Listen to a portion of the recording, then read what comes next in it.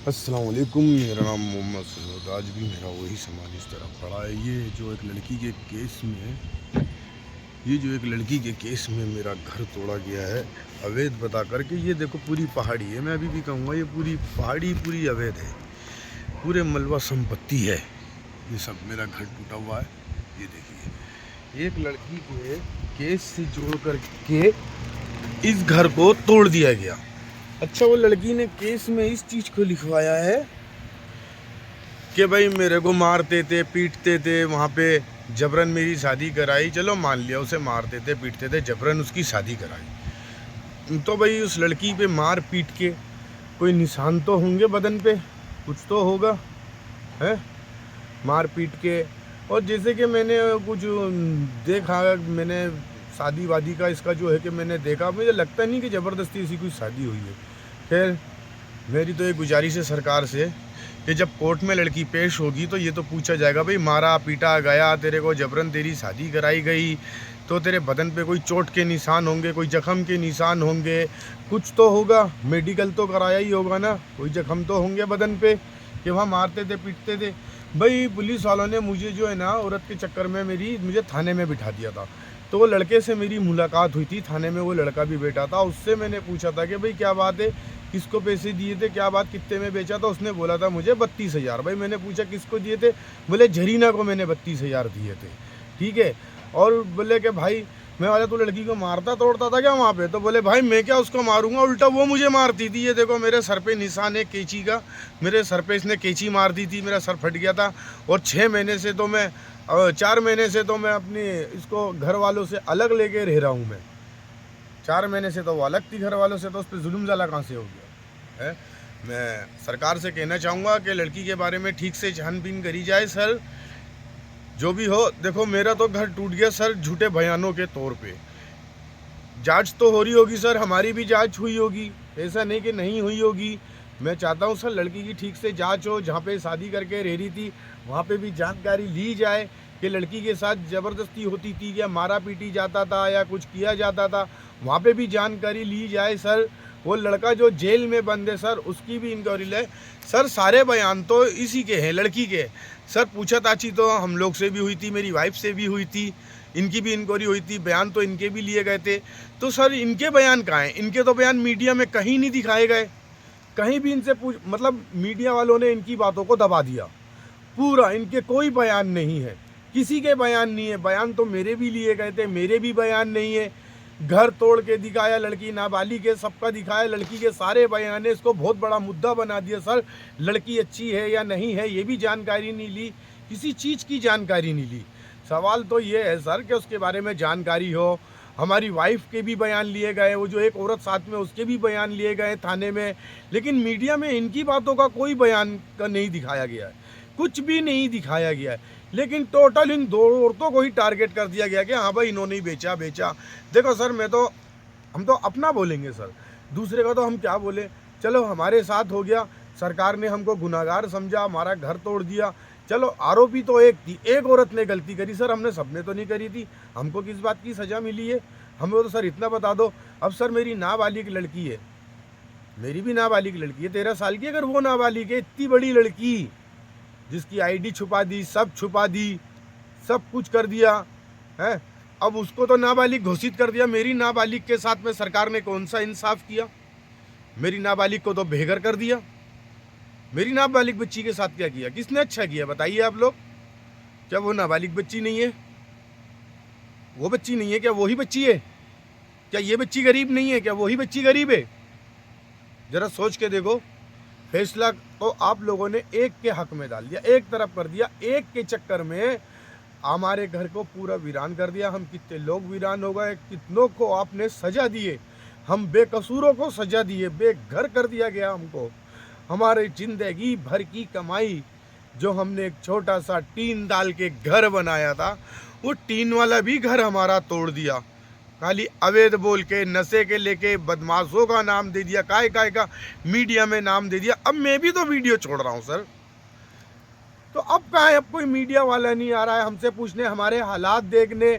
अब आओ हमसे पूछो ना, क्या ये झूठ है या ये सच है? नहीं, सत्ता के दबाव से कोई नहीं आ रहा है, कोई मीडिया नहीं आ रही सच्चाई को देखने।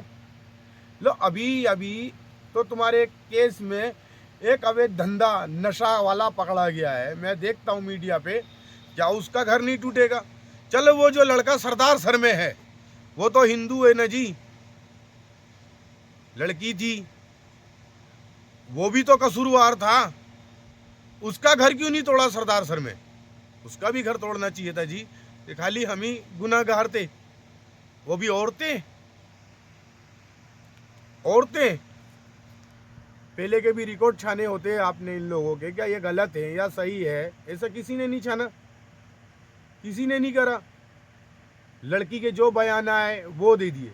एक वीडियो में लड़की कहती है कि मुझे 3 लाख बताए गए थे, यानी कि बताए गए थे 3 लाख के, तू बोलना कि 3 लाख में बेच दिया। अगर मीडिया में अब आप लोगों ने वीडियो में देखी हो वीडियो लड़की की, तो आप ठीक से देखो उस वीडियो को मीडिया में, नहीं तो मैंने डाउनलोड करके रखी है, मैं डालता हूँ। लड़की कह रही है मुझे 3 लाख बता गए थे। एक वीडियो है, एक वीडियो में लड़की की माँ खुद कह रही है कि ये लोग मेरे पास रिश्ता लेकर आए थे, मैंने मना कर दी थी। मेरे पास वो भी वीडियो है, सब वीडियो है मेरे पास। लड़की की बहुत सी वीडियो है मेरे पास में, जिसमें वो खुद कह रही है बयानों में कि मुझे 3 लाख बताए गए थे।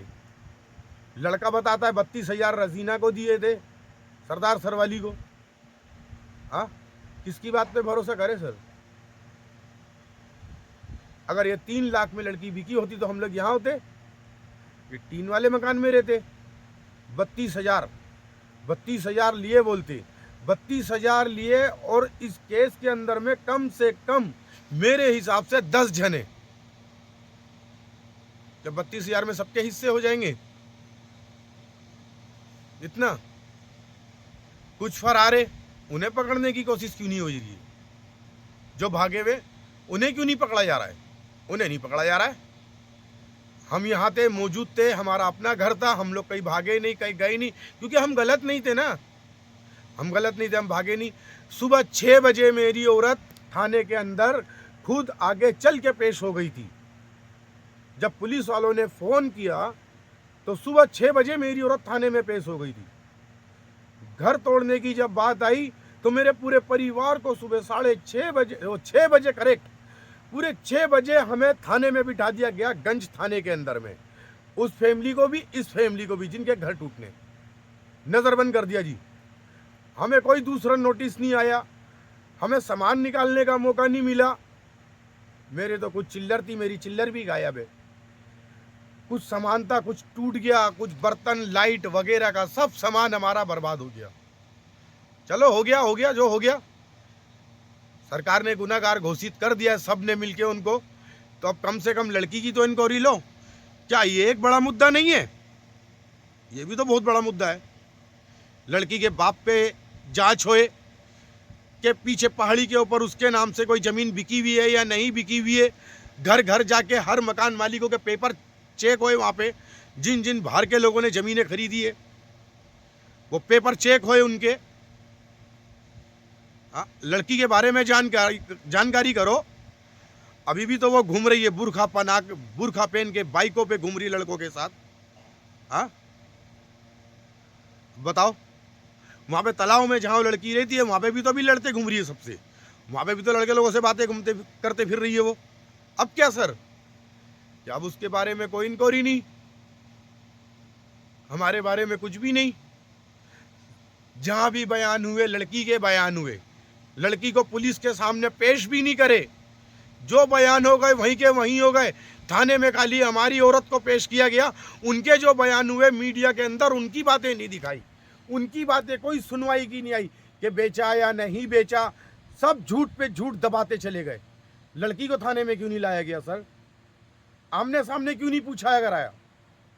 बिल्कुल आमने सामने। क्या मैं गलत हूँ सर? अगर जाने अनजाने में मैंने बात को अगर कोई गलत बोली हो